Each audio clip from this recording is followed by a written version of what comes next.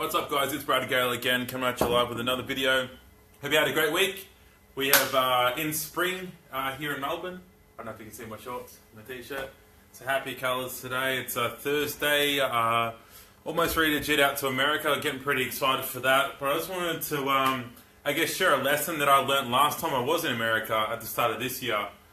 I was there like April, March, at the start of this year. And there was a time when I was in Texas, Waco, Texas, to be exact.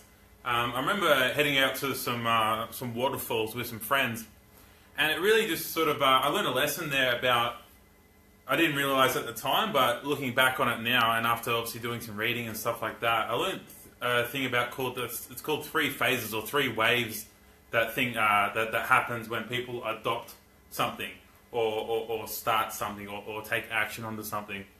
And I'll get straight into it. There's three phases. So the first phase is violently opposed.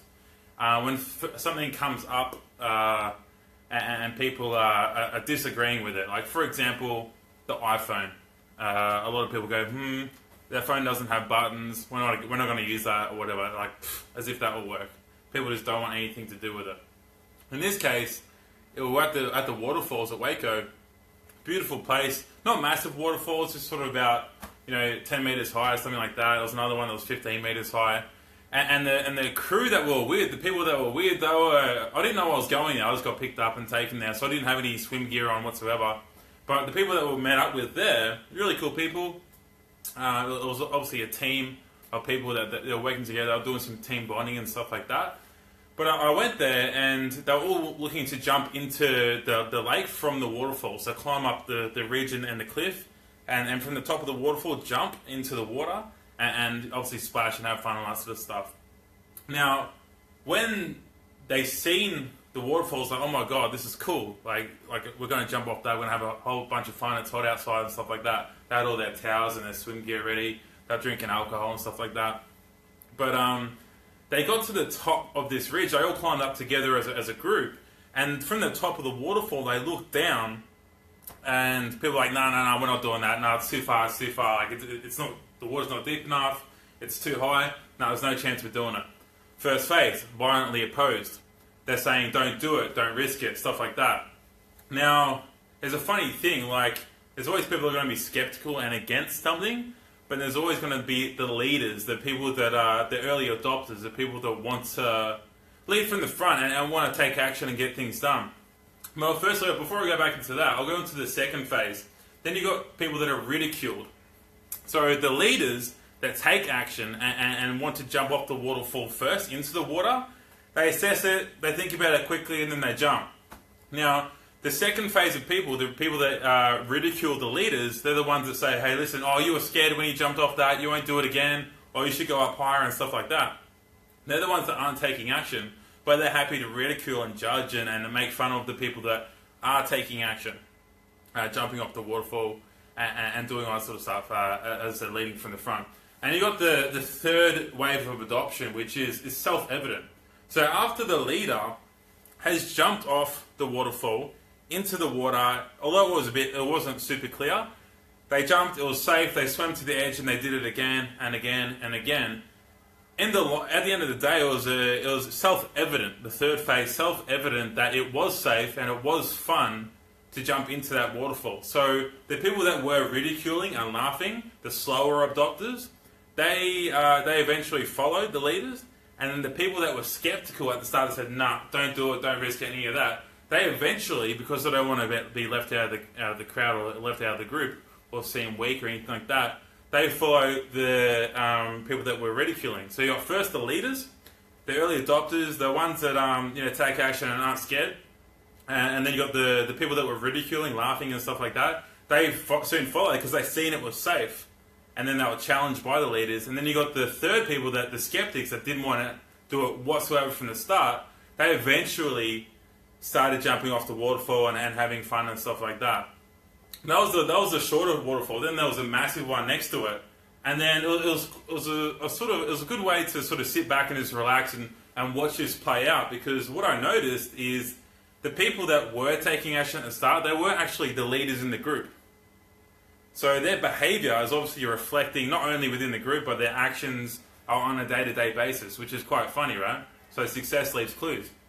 Now, the reward for the leaders taking action early, what did they get from the rest of the group? They got praise. They got respect.